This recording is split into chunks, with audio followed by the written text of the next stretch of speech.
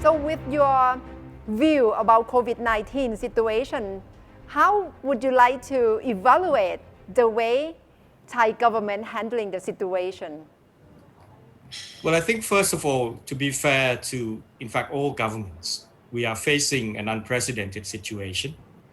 There are still, even until today, many unknowns about the disease, the pandemic, and how it's going to play out. So it's quite easy to pick and comment on what should have been done, could have been done. But for Thailand, I think at least the numbers suggest that we must be doing something right, because at least for the last 3 days, we're now down to single digit. So it seems like we have won the first round anyway, as far as the health concerns are. But of course, the problem with the economic side is less rosy. I think we have seen problems, especially with attempts of the government to try to help the people who have lost their income, because the way the system that they've set up, the system meant that it's too complicated and a lot of mistakes in terms of screening. And people will feel that there is also a lot of discrimination because there are so many schemes, and they may feel that they're not getting what they should be getting. So that's an area where there needs to be an improvement, certainly. At the same time, having said that, we are not over the health crisis yet, because there are challenges ahead, especially as we ease the restrictions. It looks like what is troubling the people more these days is less the pandemic itself, but more the prospect of a continuing economic downturn that would affect their livelihood. Well, the two issues, I mean, I've said right at the outset, are intertwined. You can't really separate them, because if we, for instance, if we ease the restrictions only to discover that we have a second wave of infection, we'll be back to where we were, and the economy will suffer even worse.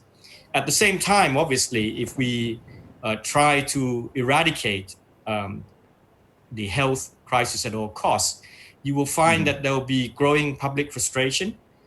We've already seen, at least in other countries, protests. And if we cannot get the cooperation of the people, you can't overcome the health crisis either. So the success of the Thai experience so far has been pretty much due to cooperation of the people, the strength of our health system and our healthcare workers, as well as health volunteers. And so we mustn't risk losing all the gains that we've made. Now, as former Prime Minister, I'm certainly you understand the mechanisms of the government and all the government agencies involved in the fight against the pandemic. Is there things that we can do more, or do you think that we have done pretty enough to the extent that we can to contain the virus? There is one area which is still a concern to me, and that is the extent of testing that we've done. I know they've tried to increase or ramp up the number of tests being applied, but it's still low by comparing to other countries. And I think it's pretty much a consensus that if you want to open up, if you want to ease the restrictions, the best protection you can have against a second or third wave of infection is to have extensive testing. We're not doing enough. We're not doing it proactively enough.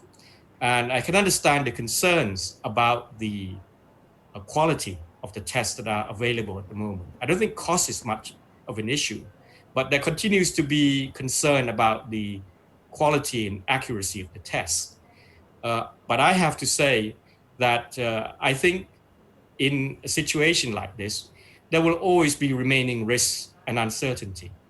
And if, for instance, the tests are 80% accurate, let's say, that's a sort of number that's usually being cited. Isn't it better that we know something with 80% accuracy than not knowing at all? So if we do the testing with the caveats in mind that these tests have false positives, have false negatives, maybe up to 20%, We recognize that the rapid test may only detect the virus after the person has had it for maybe up to 2 weeks or even longer than that.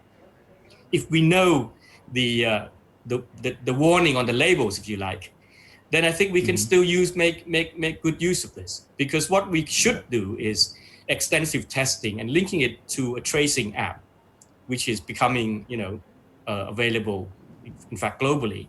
How do you think local politics has been shaken by this COVID-19, and how does it will affect on leadership? Well, the last couple of days, I saw a story about the leading coalition party having internal problems. That suggests to me that the domestic politics hasn't moved much despite the pandemic. And I also see, looking at the reactions of people to government measures, that you can clearly detect that the division in Thai politics remains there and remains deep. So I think once the pandemic is resolved, I still don't see much of a shift in terms of political behavior.